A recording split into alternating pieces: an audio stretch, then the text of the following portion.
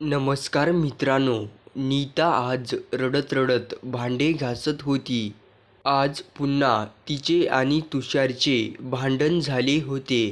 तुषार हा ऑफिसला निघून गेला तर सासरेबुवा आपला पेपर वाचत होते, तर सासूबाई ह्या टीव्हीवर सिरियल पाहत होत्या.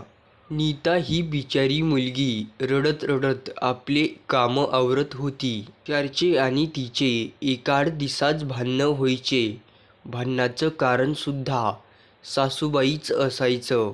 सासूबाईंना नित्याने काहीच काम केलेलं आवडत नसायचं, त्यामुळे त्या सारखं नित्याला टोमणे मारीत असायच्या. नीता खूपच प्रयत्न करायची आपल्या सासूबाईंना खुश ठेवण्याचा, पण सासूबाई नित्याच्या कामावरती कधीच खुश होत नव्हत्या.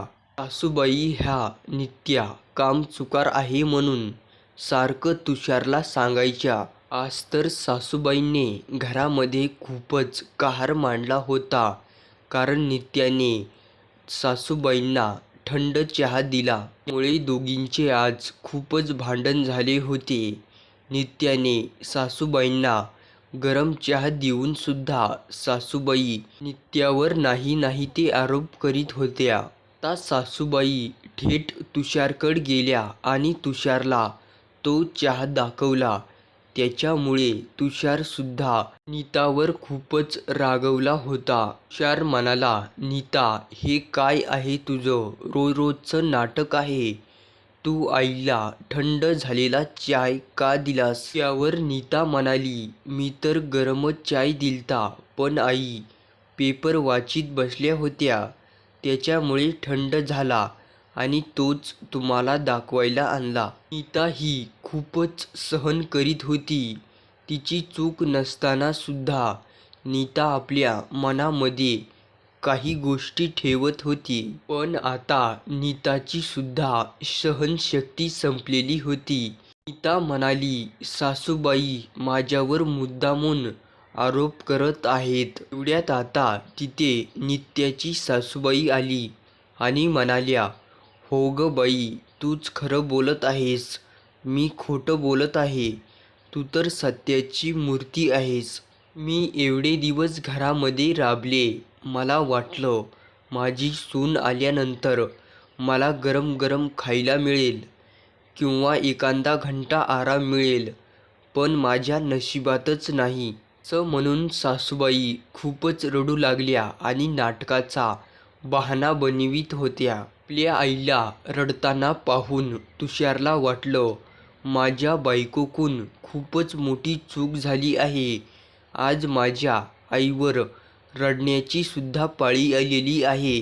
आता तुषारने मागचा पुढचा विचार न करता नित्याच्या कानाखाली मारली. नीता तर आता सहनशक्तीच तिची संपलेली होती, कारण रोजचेच भांडणं आणि तिला रोजचाच दबाव यायचा. तुषार हा तसाच ऑफिसला निघून आलता.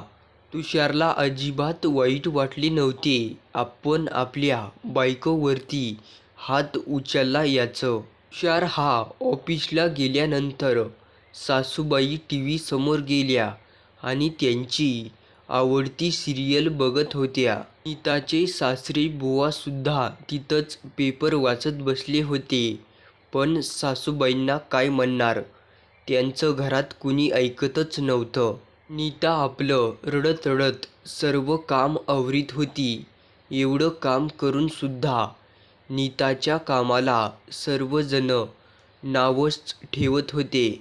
नीताच्या रडण्याचा परिणाम हा कुणावरच होत नव्हता आणि नीताचं दुःख हे कुणालाच समजत नव्हतं. नीताच्या लग्नाला 1 वर्ष होऊन उलटलं होतं.